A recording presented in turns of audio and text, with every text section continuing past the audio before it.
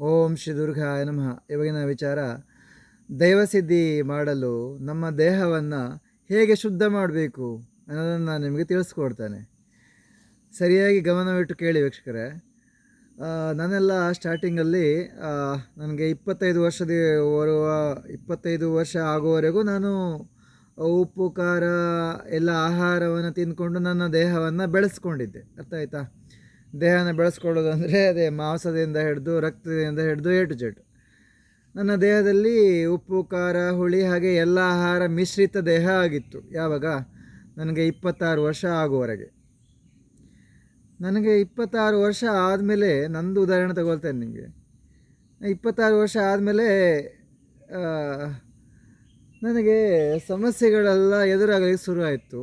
ಮುಖ್ಯವಾಗಿ ನನಗೆ ಅದೇ ಅಂದ್ಕೊಂಡಿರೋದಾಗಲ್ಲ, ದುಡಿಮೆ ಮಾಡಿದ್ರೂ ದುಡ್ಡು ಯಾವುದೇ ರೀತಿಯಿಂದ ಖರ್ಚಾಗಿಬಿಡುತ್ತೆ. ದುಡ್ಡು ಖರ್ಚಾದ್ಮೇಲೆ ಚಿಂತೆಗೊಳಗಾಗ್ತಾಯಿದ್ದೆ ನಾನು.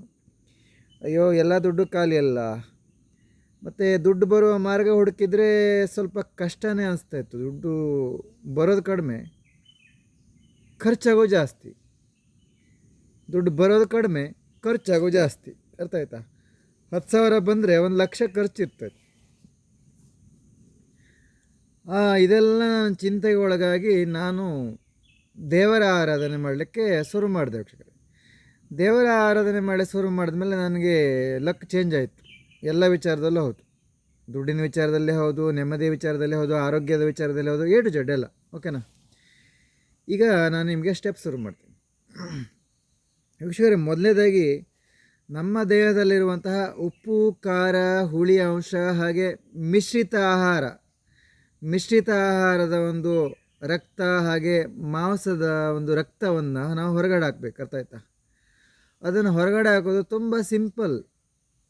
ಏನು ಗೊತ್ತಾ? ನಾವು ತಿನ್ನುವ ಆಹಾರ ಬದಲು ಮಾಡ್ಕೊಳ್ತಾ ಹೋಗೋದು. ಒಂದೇ ಸಾರಿ ಅಲ್ಲ. ಅದು ಹೇಗೆ ಅಂದರೆ, ನಾನೆಲ್ಲ ಮೊದಲು ಸ್ಟಾರ್ಟಿಂಗಲ್ಲಿ ವಾರದಲ್ಲಿ 3 ದಿನ ಹಣ್ಣು ನೀರಲ್ಲೇ ಇರೋದು. ಆಮೇಲೆ ಬಾಕಿ ಒಂದು 4 ದಿನ ಅನ್ನ ಮತ್ತು ಇನ್ನಿತರ ಆಹಾರವನ್ನು ತಗೊಳ್ಳೋದು. ಮತ್ತು ಒಂದಿನ ಅನ್ನ ತಗೊಳ್ಳೋದು ಮತ್ತು ಒಂದಿನ ಹಣ್ಣು ತಗೊಳ್ಳೋದು. ಈ ಥರ ದಿನ ಕಳೀತಾ ಹಣ್ಣುಗಳನ್ನು ಅಳವಡಿಸ್ಕೊಂಡೆ. ನಾನು ಬರೀ ಹಣ್ಣು ನೀರನ್ನೇ ಅಳವಡಿಸ್ಕೊಂಡ್ಬಿಟ್ಟೆ. ಹಣ್ಣು ನೀರಲ್ಲಿ ದಿನ ಕಳಿ ಶುರು ಮಾಡಿದೆ. ಒಂದಿನ ಕಳೀಲಿಕ್ಕೆ ಸ್ವಲ್ಪ ಸುಸ್ತಾಯಿತು, ಕಷ್ಟ ಆಯಿತು. 2ನೇ ದಿನ ಕಳೀಲಿಕ್ಕೆ ತುಂಬ ಆರಾಮಾಗಿ ಕಳೆದೆ. ಬಾಳೆಹಣ್ಣು, ನೀರು ಮತ್ತು ಎಳನೀರು, ಓಕೆನಾ, ಇನ್ನಿತರ ಫ್ರೂಟ್ಸ್ಗಳು, ಚಿಕ್ಕು ಹಣ್ಣು ಮತ್ತು ಪಪ್ಪಾಯಿ ಇನ್ನಿತರ ಹಣ್ಣುಗಳನ್ನು ತಗೊಂಡು 3ನೇ ದಿನ ಕಳೀಲಿಕ್ಕಂತೂ ತುಂಬ ಆರಾಮಾಯಿತು. ಓಕೆನಾ? ಹೀಗೆ ಕಳ್ಕೊತ ಮೊದಲು ನಾನು ಹಣ್ಣು ನೀರನ್ನು ನನ್ನ ದೇಹಕ್ಕೆ ಅಳವಡಿಸ್ಕೊಂಡೆ. ಹಣ್ಣು ನೀರನ್ನು ಅಳವಡಿಸ್ಕೊಂಡಾಗ ನನಗೆ ಆಧ್ಯಾತ್ಮಿಕ ವಿಚಾರಗಳು ಹಾಗೆ ಹೆಚ್ಚಿನ ರೀತಿಯ ವಿದ್ಯೆಗಳು ನನಗೆ ಗೊತ್ತಾಗಲಿಕ್ಕೆ ಶುರುವಾಯಿತು. ಹಾಗೆ ಮುಂದೆ ಹೋಗ್ತಾ ನೀರನ್ನು ಅಳವಡಿಸ್ಕೊಂಡೆ. ಅರ್ಥ ಆಯ್ತಾ? ನಾನು ಹಣ್ಣಲ್ಲಿದ್ದೀನಲ್ವ, ನನಗೆ ಹಣ್ಣು ತಿಂದರೂ ಕೆಲವೊಮ್ಮೆ ಕಷ್ಟ ಆಗಲಿಕ್ಕೆ ಶುರುವಾಗಿತ್ತು. ಓಕೆನಾ? ಕೆಲವೊಮ್ಮೆ. ಆಮೇಲೆ ನಾನು ನೀರನ್ನು ಅಳವಡಿಸ್ಕೊಂಡೆ ದೇಹಕ್ಕೆ. ನೀರು ಕುಡಿಯೋದು. ನೀರು ಕುಡಿದು ಏನು ಹೇಳಿ, ನೀರು ಕುಡಿದು ನಾನು 10 ದಿನ ಆದರೂ ನಾನು ನೀರು ಕುಡ್ಕೊಂಡೇ ಇರೋದು. 10 ದಿನದವರೆಗೂ ನೀರು ಕುಡ್ಕೊಂಡೇ ಇರ್ತಾಯಿದ್ದೆ. ನನಗೆ ನೀರು ಕುಡ್ಕೊಂಡಿದ್ರು ನನಗೆ ಹಸಿವಾಗ್ತಾ ಇರಲಿಲ್ಲ. ನೀರಿಂದನೇ ನಾನು ದಿನ ಕಳೆಯೋದನ್ನು ಕಲ್ತ್ಬಿಟ್ಟಿದ್ದೆ. ಓಕೆನಾ? ನೀರು ಕುಡ್ಕೊಂಡು ದಿನ ಕಳೆಯೋದು ಏನು ದೊಡ್ಡ ವಿಚಾರ ಅಲ್ಲ, ನಿಮ್ಗೆ ಹೇಳ್ತೇನೆ. ನೀರಲ್ಲೇ ಕೂತ್ಕೊಂಡು ತಪಸ್ಸು ಜಪ ಮಾಡೋರು ಎಷ್ಟು ಜನ ಇದ್ದಾರೆ ಗೊತ್ತಾ? ಮೊದಲಿನ ದಿನಗಳೆಲ್ಲ ಇದ್ದರು. ಹಿಂದಿನ ದಿನಗಳಲ್ಲೆಲ್ಲ ನೀರಲ್ಲೇ ಕೂತ್ಕೊಂಡು ತಪಸ್ಸಾಚರಣೆ ಮಾಡ್ತಾಯಿದ್ರು. ದೇಹ ಹೈಟ್ ಆಗುತ್ತಲ್ಲ ಅಂತ. ಒಂದು ಸಾರಿ ಕಷ್ಟ ಆಗುತ್ತೆ ವೀಕ್ಷಕರೇ. ಯಾವಾಗ? ಏನಂದರೆ, ಈಗ ನಾವು ಒಂದು 26 ವರ್ಷದವರು ಅಥವಾ 25 ವರ್ಷದವರು ಅಥವಾ 20 ವರ್ಷದವರು, ನಮ್ಮ ದೇಹ ಒಂದು 25 ವರ್ಷದ ದೇಹ ಆಗಿದ್ದರೆ, ನಾವು ಚಿಕ್ಕ ಇದ್ದಾಗಲಿಂದನೂ ನಾವು ಅದಕ್ಕೆ ಹಿಡಿಸ್ಕೊಂಡು ಬರ್ತೀವಲ್ಲ, ಉಪ್ಪು ಖಾರ ಹುಳಿ ಮತ್ತು ಇನ್ನಿತರ ಆಹಾರವನ್ನು ತಿಂದು ಅದರಿಂದನೇ ಪೋಷಣೆ ಆಗಿರುತ್ತಲ್ಲ ನಮ್ಮ ದೇಹ. ಅದನ್ನು ಹೊರಗಡೆ ಹಾಕೋಕ್ಕೆ ಸ್ವಲ್ಪ ದಿನ ಬೇಕಾಗುತ್ತೆ. ಯಾಕಂದರೆ ಒಂದು ವಾರ, ಒಂದು 10 ದಿನದಲ್ಲಿ ನಾವು ನಮ್ಮ ದೇಹದ ಒಂದು ಕೆಟ್ಟ ರಕ್ತವನ್ನು ನಾವು ಹೊರಗಡೆ ಹಾಕ್ಬೋದು. ಅರ್ಥ ಆಯ್ತಾ? ವಿಚಾರ ಎಷ್ಟೇ, ಹಣ್ಣು ನೀರಿಂದ ನಮ್ಮ ರಕ್ತ ಶುದ್ಧೀಕರಣ ಆಗುತ್ತದೆ. ಅದೇ ಉಪ್ಪು ಖಾರ ಹುಳಿಯಿಂದ ನಮ್ಮ ದೇಹದಲ್ಲಿ ರಕ್ತ ಕೆಡ್ತದೆ, ಹಾಗೆ ರಕ್ತ ಸಂಚಾರ ನಿಲ್ಲುತ್ತದೆ. ಅರ್ಥ ಆಯ್ತಾ? ಉಪ್ಪು ಖಾರ ಹುಳಿ ಮತ್ತು ಸಿಹಿ ಜಾಸ್ತಿ ತಿಂದರೆ ನಮ್ಮ ದೇಹದಲ್ಲಿರುವಂತಹ ರಕ್ತ ಸಂಚಾರ, ರಕ್ತದ ಒತ್ತಡ ಆದಾಗ ನಮಗೆ ಟೆನ್ಷನ್ನು, ಕೆಲಸ ಕಾರ್ಯಗಳಾಗೋದಿಲ್ಲ. ಹಾಗೆ ಪಾಸಿಟಿವ್ ಎನರ್ಜಿ ಅನ್ನೋದು ನಮ್ಮ ದೇಹದಲ್ಲಿ ವರ್ಕ್ ಮಾಡೋದಿಲ್ಲ. ಓಕೆನಾ? ಪಾಸಿಟಿವ್ ಎನರ್ಜಿ ಯಾಕೆ ವರ್ಕ್ ಮಾಡಲ್ಲ ಅಂದರೆ, ಪಾಸಿಟಿವ್ ಗಾಳಿ ನಮ್ಮ ದೇಹಕ್ಕೆ ಹೋಗೋದಿಲ್ಲ. ಈಗ ನಾವು ಉಪ್ಪು ಖಾರ ಜಾಸ್ತಿ ತಿಂದರೆ, ನಾನೇ ತಿಂದೆ ಅಂತ ಅಂದ್ಕೊಳ್ಳಿ, ಉಪ್ಪು ಖಾರ ಹುಳಿ, ಹೊಟ್ಟೆ ತುಂಬ ಅನ್ನ ಊಟ ಮಾಡಿದೆ ಅಂದ್ಕೊಳ್ಳಿ.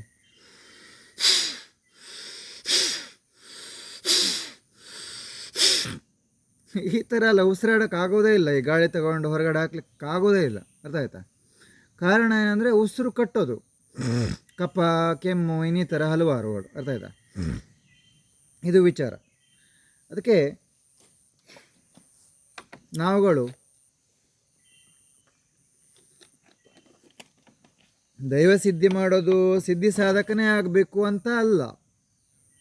ದೈವ ಸಿದ್ಧಿಯನ್ನು ನಾವು ನಮ್ಮ ಆರೋಗ್ಯವನ್ನು ಕಾಪಾಡಿಕೊಳ್ಳೋ ವಿಚಾರವಾಗಿ, ಹಾಗೂ ನಾವು ತಿಂದ ಆಹಾರ ಸರಿಯಾಗಿ ಜೀರ್ಣ ಆಗುವ ಒಂದು ವಿಚಾರವಾಗಿ, ಹಾಗೆ ನಮ್ಮ ಮನೆಯವರನ್ನು ಒಂದು ನೆಮ್ಮದಿಯನ್ನು ಇಟ್ಕೊಂಡು ಕಾಪಾಡುವ ವಿಚಾರವಾಗಿ, ಹಾಗೆ ನಾವು ಅಂದ್ಕೊಂಡಿರುವ ಕೆಲಸ ಕಾರ್ಯಗಳು ಆಗುವ ವಿಚಾರವಾಗಿ, ಹಾಗೆ ಇನ್ನಿತರ ನಾವು ಅಂದ್ಕೊಂಡಿರುವ ಹುಡುಗನ ಪಡ್ಕೊಳ್ಳೋ ವಿಚಾರವಾಗಿ, ಅಥವಾ ನಾವು ಅಂದ್ಕೊಂಡಿರೋ ಹುಡುಗಿನ ಪಡ್ಕೊಳ್ಳೋ ವಿಚಾರವಾಗಿ, ಅಥವಾ ಇನ್ನಿತರ ನಾವು ಅಂದ್ಕೊಂಡಿರುವ ಗೌರ್ಮೆಂಟ್ ಜಾಬನ್ನು ಪಡ್ಕೊಳ್ಳೋ ವಿಚಾರವಾಗಿ, ಅಥವಾ ನಾವು ಅಂದ್ಕೊಂಡಿರುವ ಒಂದು ಎಕ್ಸಾಮ್ ವಿಚಾರವಾಗಿ, ನಾವು ಅಂದ್ಕೊಂಡಿರೋ ಒಂದು ವಿದ್ಯಾಭ್ಯಾಸದ ವಿಚಾರವಾಗಿ, ಇನ್ನಿತರ ಹಲವಾರು ವಿಚಾರಗಳನ್ನು ನಾವು ಇಟ್ಕೊಂಡು ನಾವು ತಪಸ್ಸು, ಜಪ, ಇನ್ನಿತರ ಹಲವಾರು ಆಚರಣೆಗಳನ್ನು ಮಾಡ್ಬೋದು. ಆದರೆ ಜಪ, ತಪಸ್ಸು, ದೇವರ ಆಚರಣೆ, ದೇವರ ವಿಚಾರಕ್ಕೆ ಬಂದಾಗ ನಾವು ಹಣ್ಣು ನೀರೆಲ್ಲ ಇದ್ದು ಮಾಡಿದರೆ ಅದಕ್ಕೆ ಉತ್ತಮವಾದ ಒಂದು ದೇವರಿಂದ ಆಶೀರ್ವಾದ ಸಿಗುತ್ತದೆ. ನಮಗೆ ದೇವರ ಆಶೀರ್ವಾದ, ಎಷ್ಟು ಶುದ್ಧವಾಗಿ ನನ್ನ ಒಂದು ಆಚರಣೆ, ನನ್ನ ಒಂದು ನಾಮವನ್ನು ಕರಿತಾ ಇದ್ದಾನೆ ಶೇಖರ ಅಂತ ಹೀಗೆ ಕೈ ಎತ್ಕೊಂಡಿರ್ತಾರೆ ದೇವರು. ಎಷ್ಟು ನೆಮ್ಮದಿ ನಮಗೆ, ಎಷ್ಟು ಒಂದು ಪುಣ್ಯನ ಸಂಪಾದನೆ ಮಾಡ್ತಾ ಇದ್ದಾನೆ ಶೇಖರ. ಇಂಥ ಒಂದು ಮನುಷ್ಯತ್ವ ಇರುವಂಥ ಮನುಷ್ಯ ಇದ್ದಾನೆ ಅಂದರೆ ಆಶ್ಚರ್ಯ ಅಂತ ದೇವ್ರ ಮನಸ್ಸಲ್ಲಿ ಅನಿಸಿ ದೇವರು ಅನುಗ್ರಹಿಸ್ತಾರೆ. ಶೇಖರ ಏನು ಬೇಕು ನಿನಗೆ ಅಂತ ಕೇಳ್ತಾರೆ. ಇರ್ತಾಯ್ತಾ? ನನಗೆ ಹಾಗೆಲ್ಲ ಕೇಳಿದರು. ನಾನು ಕೇಳಿದ್ದಕ್ಕೆ ನಾನು ಎಲ್ಲ ಹೇಳ್ಕೊತ ಬಂದಿದ್ದೀನಿ. ನಾನು ಸಿದ್ಧಿ ಮಾಡ್ಕೊತ ಬನ್ನಿ. ನಾನು ಕೇಳಿದ್ದಿದೆ, ನನಗೆ ಸಿದ್ಧಿ ಬೇಕು, ಸಾಧನೆ ಬೇಕು, ಎಲ್ಲ ವಿದ್ಯೆಗಳನ್ನು ಕಲಿಬೇಕು, ನನಗೆಲ್ಲವನ್ನು ಎಲ್ಲವನ್ನು ಅರಿಯಬೇಕು. ನನಗೆ ಈ ಭೂಮಿಮಂಡಲದಲ್ಲಿ ಏನೇನಿದೆ ಎಲ್ಲವನ್ನು ತಿಳ್ಕೊಬೇಕು ನನಗೆ. ಆಯಿತಾ? ಅದನ್ನು ನಾನೀಗ ತಿಳ್ಕೊಂಡಿದ್ದೀನಿ ಕೂಡ. ಓಕೆನಾ? ನನಗೆ ನಿಜ ಹೇಳಬೇಕಂದ್ರೆ ಕೂತ್ಕೊಂಡಲ್ಲೇ ಎಲ್ಲ ಗೊತ್ತಾಗುತ್ತೆ, ಯಾವುದು ಗೊತ್ತಾಗಲ್ಲ ಅಂತೇನಿಲ್ಲ ವೀಕ್ಷಕರೇ. ಓಕೆನಾ? ಇದು ನಾನು ಕೇಳಿದ್ದೆ, ನಾನು ಸಿಕ್ಕಿದೆ, ಮತ್ತು ಇನ್ನೂ ಹಲವಾರನ್ನ ಕೇಳ್ತಾ ಇದ್ದೀನಿ, ಅದನ್ನು ನನಗೆ ಕೊಡ್ತಾನೆ ಇದ್ದಾರೆ.